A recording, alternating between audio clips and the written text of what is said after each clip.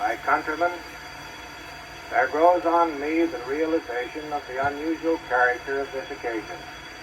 Our republic has been at war before.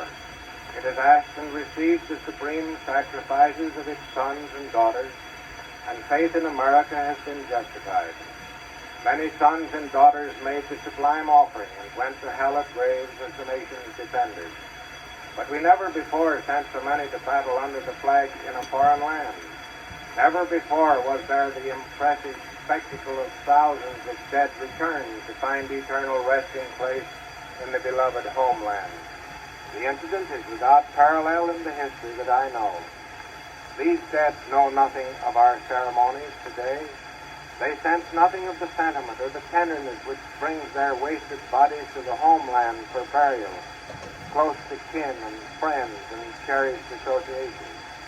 These poor bodies are but the clay tenements once possessed of souls which flamed in patriotic devotion, lighted new hopes on the battlegrounds of civilization, and in their sacrifices fed on to accuse autocracy before the court of eternal justice. We are not met for them, though we love and honor and speak a grateful tribute. It would be futile to speak to those who do not hear, or to sorrow for those who cannot sense it, or to exalt those who cannot know. But we can speak for country. We can reach those who sorrowed and sacrificed through their service, who suffered through their going, who glory with the Republic through their heroic achievements, who rejoice in the civilization their heroism preserves. Every funeral, every memorial, every tribute is for the living, an offering in compensation of sorrow. When the light of life goes out, there's a new radiance in eternity, and somehow the glow of it relieves the darkness which is left behind. Never a death, but somewhere a new life. Never a sacrifice, but somewhere an atonement. Never a service, but somewhere and somehow an achievement. These have served, which is the supreme inspiration in living. They have earned everlasting gratitude, which is the supreme solace in dying. No one may measure the vast and varied affections and sorrows centering on this priceless cargo of bodies, once living, fighting for and finally dying for the Republic. One's words fail, his understanding is halted, his emotions are stirred beyond control when contemplating these thousands of beloved dead. I find 100,000 sorrows touching my heart. There's ringing in my ears like an admonition eternal, an insistent call. It must not be again. It must not be again. God grant that it will not be. And let a practical people join in cooperation with God to the end that it shall not be. I would not wish a nation for which men are not willing to fight and if need be to die. But I do wish for a nation where it's not necessary to ask that sacrifice.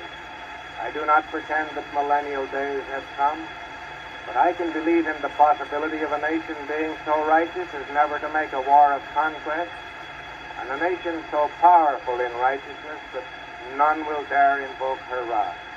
I wish for us such an America. These heroes were sacrificed in the supreme conflict of all human history. They saw democracy challenged and defended it. They saw civilization threatened and rescued it. They saw America affronted and resented it. They saw our nation's rights imperiled and stamped those rights with a new sanctity and renewed security. We shall not forget, no matter whether they lie amid the sweetness and the bloom of the homeland or sleep in the soil they crimson.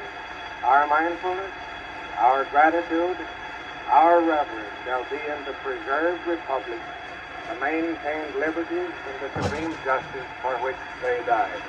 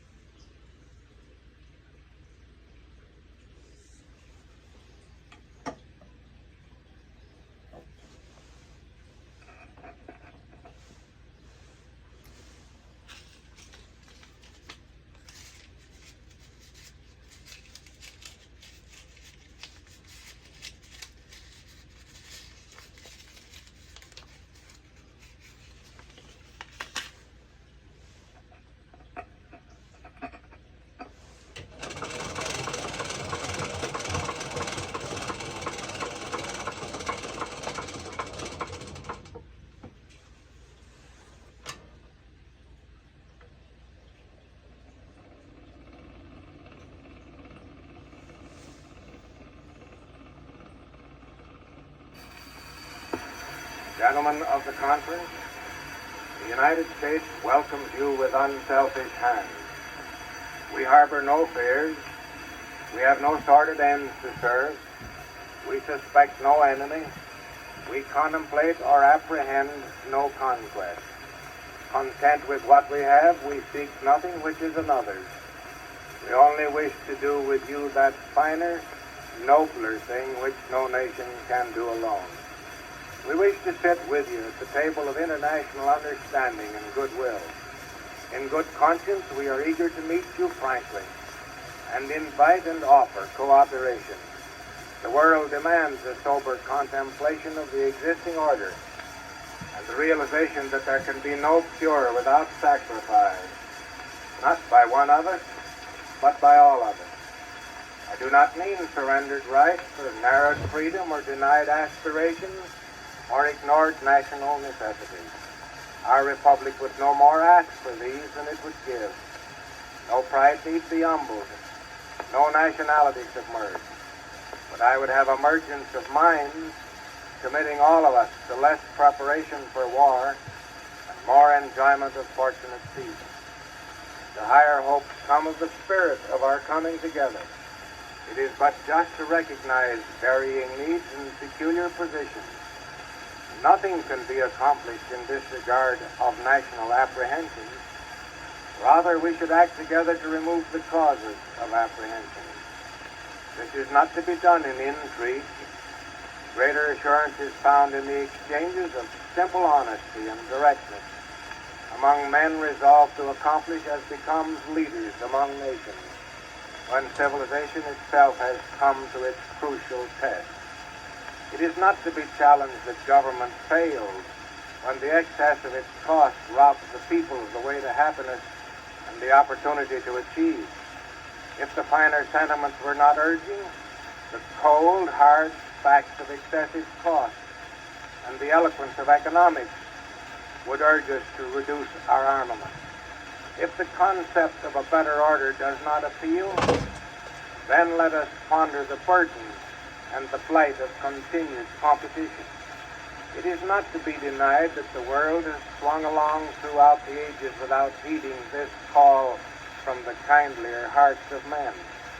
But the same world never before was so tragically brought to realization of the utter futility of passion's sway when reason and conscience and fellowship point a nobler way. I can speak officially only for our United States. Our 100 millions, frankly, want less of armament and none of war. Wholly free from guile, sure in our own minds that we harbor no unworthy designs, we accredit the world with the same good intent. So I welcome you, not alone in goodwill and high purpose, but with high faith. We are met for a service to mankind, in all simplicity, in all honesty and all honor. There may be written here the avowals of a world conscience, refined by the consuming fires of war, and made more sensitive by the anxious aftermath. I hope for that understanding which will emphasize the guarantees of peace, and for commitments to less burdens and a better order which will tranquilize the world. In such an accomplishment there will be added glory to your flag and ours, and the rejoicing of mankind will make the transcending music of all succeeding times.